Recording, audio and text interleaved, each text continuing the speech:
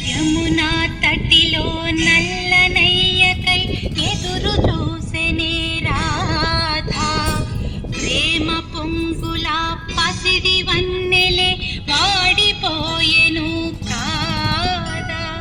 రేయి గడిచెను పగలు గడిచెను